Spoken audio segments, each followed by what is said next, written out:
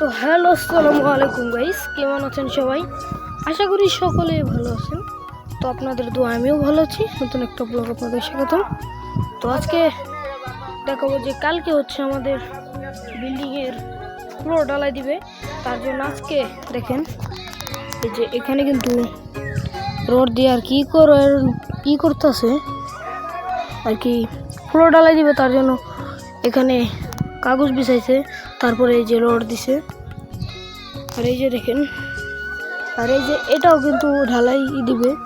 দেখেন, আপনাদের এখন সম্পূর্ণ দেখাবো, আপনারা সাথেই থাকেন। আর বিকালের দিকে কিন্তু একটা ধামাকা ভিডিও নিয়ে আসতেছি। সেটা হলো ধামাকা হলো চাস্তো ভাই আকাশ, অতি কিন্তু এটা 2 কেজি সাইজের একটা মাছ পাইছে। ওইটা দেখাবো আজকে, তো দেখবেন আজকে। আর এই যে দেখেন, এখানে কিন্তু সম্পূর্ণ কাজই শেষ, খালি যে ব্লকটি দিব সব সাইডে মনে হয়, আমার যা মনে হয়। আমি কিন্তু এই সম্পর্কে অতটা আইডিয়া নাই, আমার এই সমস্ত জিনিসের আইডিয়া নাই, কারণ আমি এমনিতে একটা ছোট একটা পোলাপান। আর এই যে দেখেন কত সুন্দর।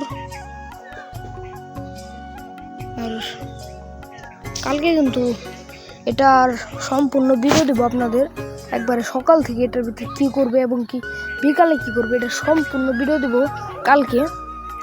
হ্যাঁ, আর ওই মেশিনটার কাজ কি তাও দেখাবো আপনাদের। অনেকেই জানেন বা অনেকেই জানেন না।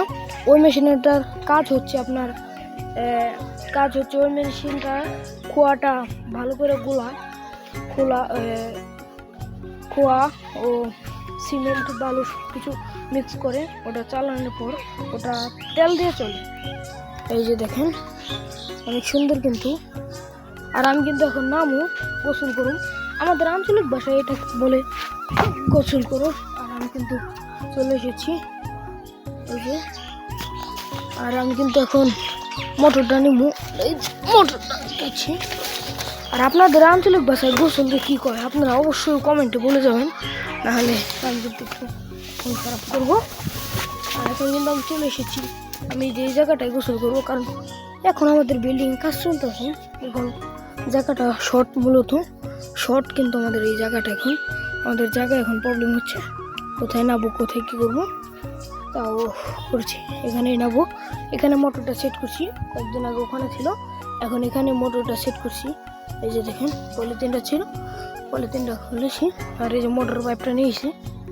আর আজকের এই ছোট্ট ব্লগটি কিন্তু এই পর্যন্তই ছিল। আর আপনাদের আঞ্চলিক ভাষায় গোসলটা কী বলে এটা যদি কমেন্টে না বলেন, তাহলে কি বলবো বলেন, তাহলে একটা পাত্তি খাবেন।